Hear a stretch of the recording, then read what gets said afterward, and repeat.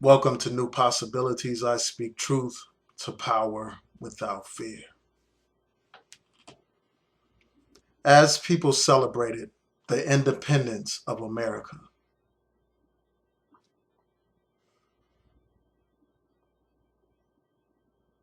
killing continued in cities around the country, cities like Chicago.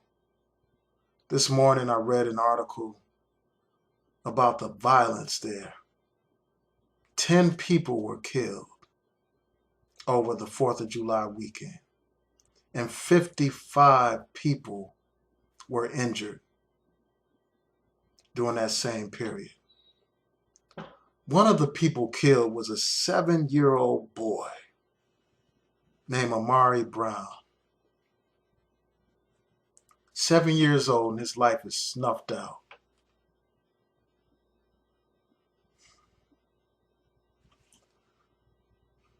As I read that story, all I could think about was the title to a song by the Last Poets.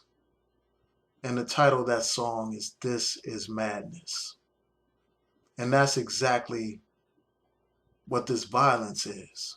It is madness. It is sickening that our communities are terrorized by gangsters and by drug dealers. Today, you have white supremacist groups. They commit acts of violence, like we saw in Charleston, South Carolina. Acts that should be universally condemned and punished to the fullest extent of the law. But the reality is that those groups today commit far less violence against black people when you compare that violence to the violence that black people commit against each other. This violence has to be addressed. Action has to be taken. And I understand that there are groups all around the country that march, that hold prayer vigils, and I commend those groups. But we need to do more to end this violence that's plaguing our communities. If we don't do more, then we can't talk about how Black lives matter. Because if we ignore this violence, we are telling the world that Black lives do not matter. These gangs are a minority in our community. Our communities should not be terrorized and controlled by a minority.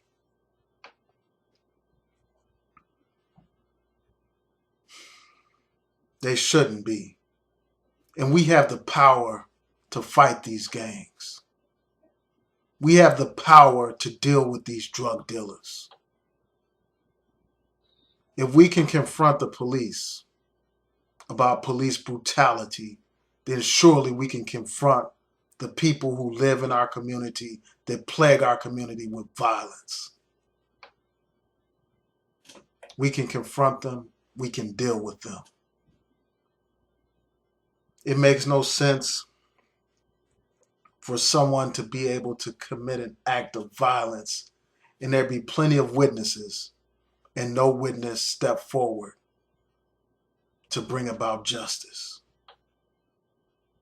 Just as we demand justice for Trayvon Martin and Michael Brown and Walter Scott and so many others, as we demand justice, rightfully so, we need to demand justice for people like Amari Brown. Only 7 years old, and his life is snuffed out. Snuffed out. We need to stand up to these gangs, and we need to deal with them like men deal with problems. We can't call ourselves men. We can't call ourselves women if we allow this violence to plague our communities.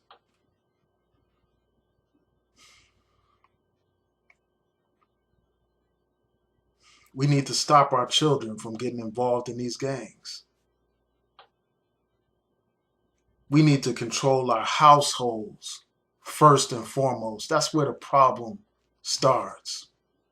That's where the problem originates from. If you can stop your own children from getting involved in gangs, one household at a time, then perhaps we can get a grip on this problem that plagues our communities. And as I've said before, I understand that this problem is not just about Black people being pathological. I understand that there are systemic problems that bring about this violence, that create this violence. I understand about the failing schools. I understand about the lack of jobs and the lack of opportunity. And I understand about the influx of guns and drugs into our community. But we can't sit back and wait for this capitalist, racist, white supremacist society to decide to care about the plight of African American people. We can't wait for them because obviously they don't give a damn about Black people. So we have to give a damn about ourselves and take control of situations that we can control. We have the ability to stand up to these people, these drug dealers that plague our community. These people are enemies of the people. These people are the true definition of what it means to be a sellout.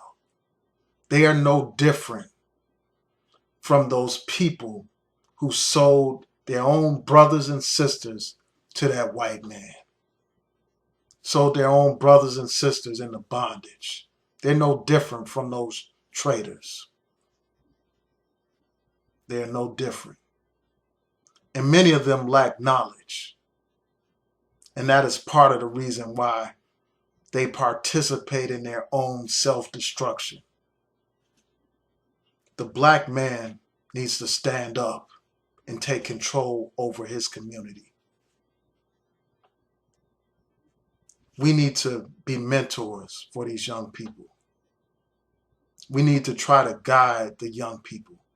Now, there's a whole generation that may possibly be lost, but we must deal with the generation coming up and educate them.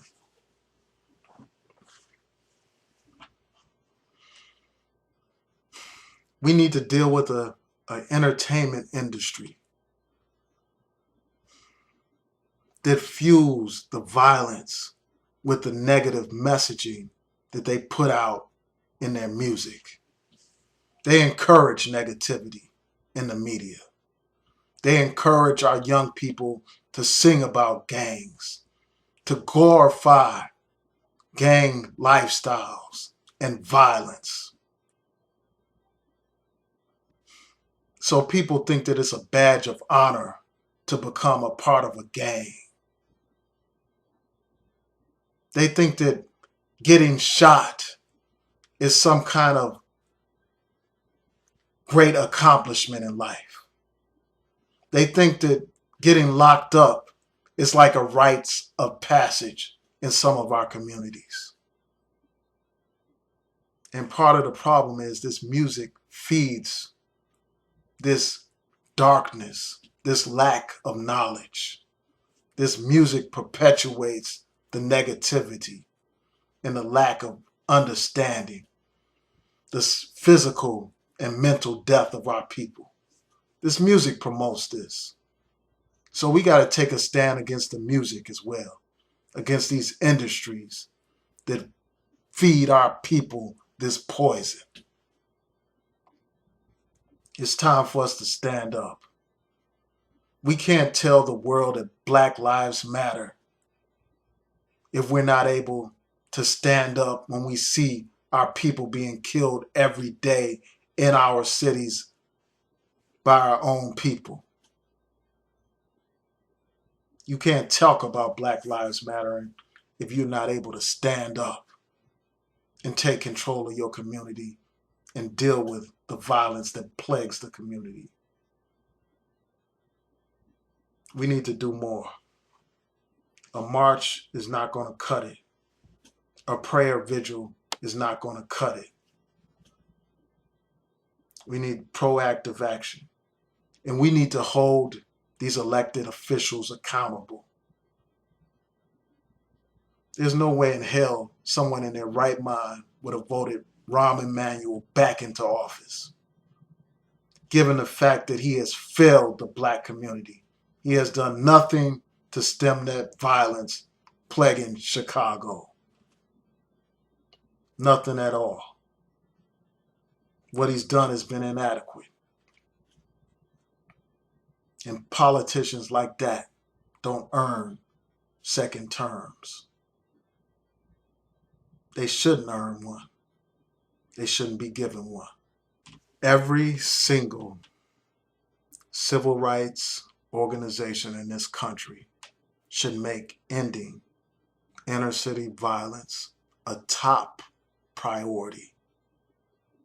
Every single black organization, every single militant organization needs to make ending the violence a top priority in the black community. That should be a point of agreement in our community. Whether you're a Republican, a Democrat, an independent, whether you belong to this organization or that organization, whether you're of this faith or that faith, there needs to be a consensus in our community that the violence must end. There needs to be a concerted plan of action to deal with the violence around this country. Because until we do so, we will continue to see the killing fields take more lives. We will continue to see our young people's lives snuffed out before they could even reach adulthood. Again, if we don't act, we can't expect anyone to take us seriously as a people.